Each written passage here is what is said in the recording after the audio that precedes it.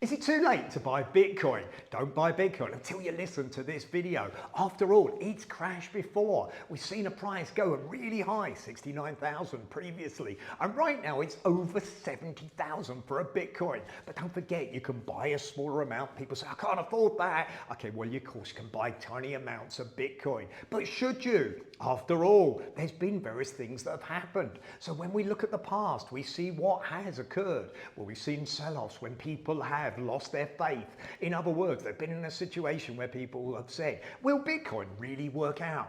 And yet now when we look at it, there's massive adoption. We see BlackRock particularly buying Bitcoin. And of course, with their ETF, that's the fastest growing ETF ever.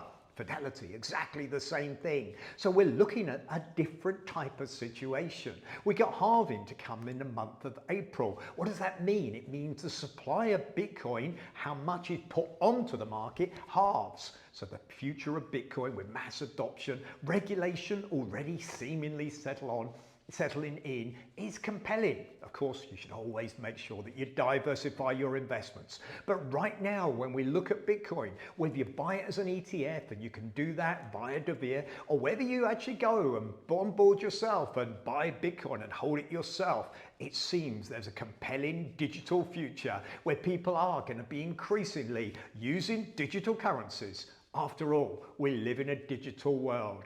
Always diversify. I don't have all my money in Bitcoin, but I've definitely got some investment in Bitcoin, and I'm looking to stay with that and potentially add to it as the future unfolds.